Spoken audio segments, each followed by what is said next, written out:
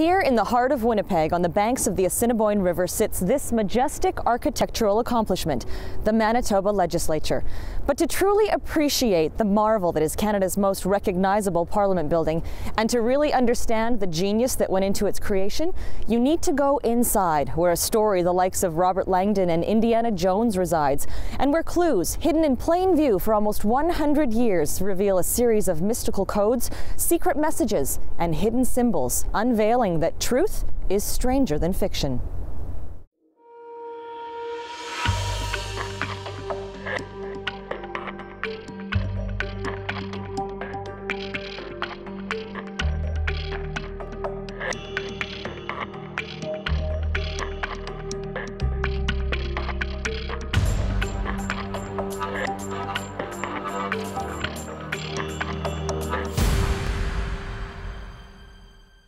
What is this building? It's a temple masquerading as a house of government.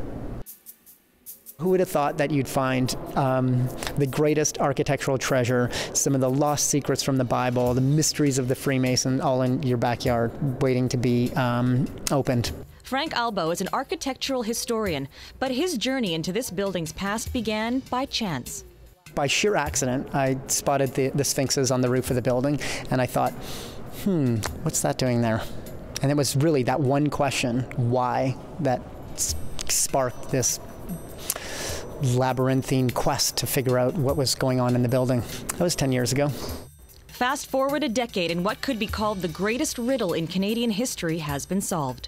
This building kind of showcases not only thousands of years of architectural knowledge, but it also carries the secret of a mystical tradition known as the Freemasons. They are a fraternity that uses metaphor and symbols to morally reform man. So the Freemasons were principally involved in encoding this building because they believed in doing that it would make the people inside of it more moral, intelligent, and civilized. The Freemasons are the oldest and largest fraternal order in the world. They believe they are descendants of the great temple builders of the past. The Masons built the Manitoba Legislature, pouring their history and their mystery into its foundation. Albo believes what rose from there is a replica of King Solomon's temple, and that it was constructed in honor of two deities. King Solomon's Temple is the most important building in the Western architectural history. It's God's only architectural project, and the Bible tells us very detailed and accurate descriptions of what it looked like, more so than any other form of godly construction. Solomon's Temple acts as a template for many different buildings, from synagogues to the Sistine Chapel to a legislative building in Manitoba. So this building is a kind of, it is part of this ancient heritage of reconstructing Solomon's Temple, because if you can do that, you're actually tapping into divine power. But why? Why encode the Manitoba Legislature with Masonic symbols? Why construct a temple in the heart of the city?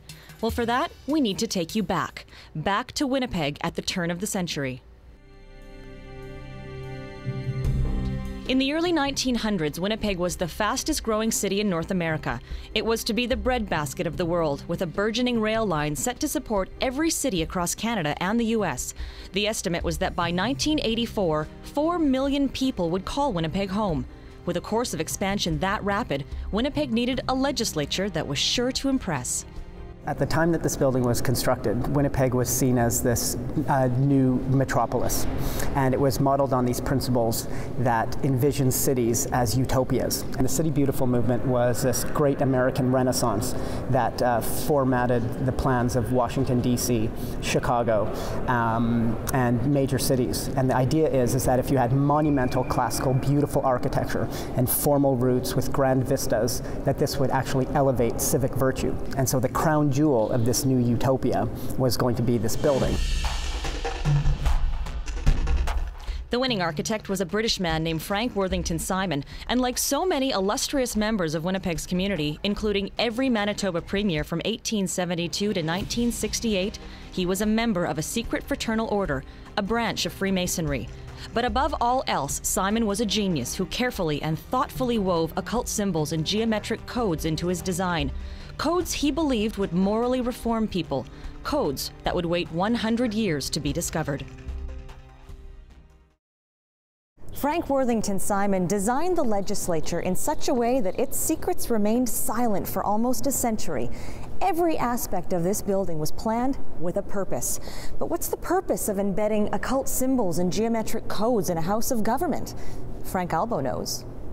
According to his estimation, architecture does have, among any other form of cultural production, this profound ability to awaken man's mind, to awaken us to higher virtues. So he believed that if I built a building based on beautiful principles, organized by the divine with coded messages, that this would change the people inside of it. You find that the Sphinx is where it is because it's supposed to be there. The whole exterior of the building is all determined by an already divine blueprint. Albo conducts tours of the legislature, unveiling the evidence and pointing out the features that support his argument. You are going to come to experience at the very end of this tour no flowery words as the number 5 resonating through the bones of your body. I mean it, no joke. Temples were divided into 3 rooms of increased order of holiness. The idea is that as you're moving to the most holy room. And so the room of protection, as it were, and this is kind of quote unquote, is the first order of the temple. Because before you can go into a sacred place, you would need to have evil turned away. And so what we find in the room of protection in the Manitoba Legislative building are these icons of protection. You wonder, you're thinking like, well, what is a bust of Medusa doing here? Why are there these cattle skulls or these heads of lions? They were like gargoyles defending a holy place. Up the grand staircase is the second room, the altar.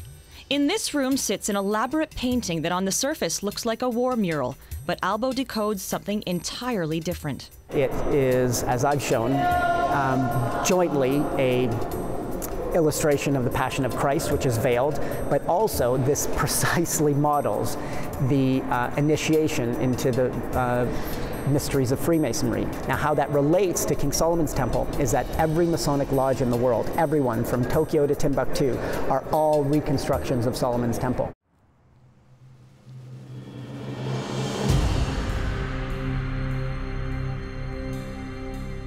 High above the altar, on the domed structure outside, stands the Golden Boy. Albo claims he's the Greek messenger god Hermes, one of 2 deities for whom this temple was constructed. Hermes, what he represented was transportation, he represented commerce, he represented banking, and he was at the crossroads of a nation, exactly like Winnipeg was. So he is a symbol of Winnipeg, and he's also a symbol of this divine figure, Hermes, the messenger god. So, if Hermes is one deity, who is the second? That is the deity below. Now, it's hard to imagine that a symbol, an 8-pointed star, could be envisioned as a deity, but this is a very old, ancient symbol that represents the planet Venus. And Venus has many names, and the idea is that Venus is not only in the embodiment of beauty, which is emulated in this building, but Venus is also the principle of fertility, of fecundity, of the earth. And this is a symbol that represents the province of Manitoba. So this building is really a marriage between the city of Winnipeg, directly above us, the Golden Boy, or Hermes, and directly below us, Manitoba, Venus, or fertility. The third room is the Holy of Holies, built on the exact dimensions of King Solomon's temple. In biblical times, this room would be closed to everyone except the high priest, or in this instance, the lieutenant governor. And it is supposed to be the resting place for the Ark of the Covenant, the chest containing the 10 Commandments. So where is Manitoba's Ark? Oh, it's there, disguised as a war chest. Directly above that room is, of course, hidden in plain view, once again, the Ark of the Covenant. It is the most celebrated, misunderstood artifact in biblical history.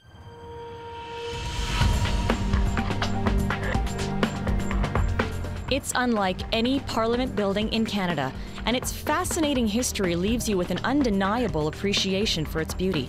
You begin to see things differently. You ask more questions, and that is exactly what its designer and the Freemasons intended. This one is unique. There's nothing like it anywhere in the world. Not only is it a government official place of government law, but it has such a deep level of reverence and knowledge of the esoteric history of our past, and uses it as a tableau to teach I hope that it opens your eyes to not only architecture in general, but to begin to see our surroundings in an entirely new way. See truth is stranger than fiction. In this case, it's more elaborate, it's more beautiful than you'd ever imagine.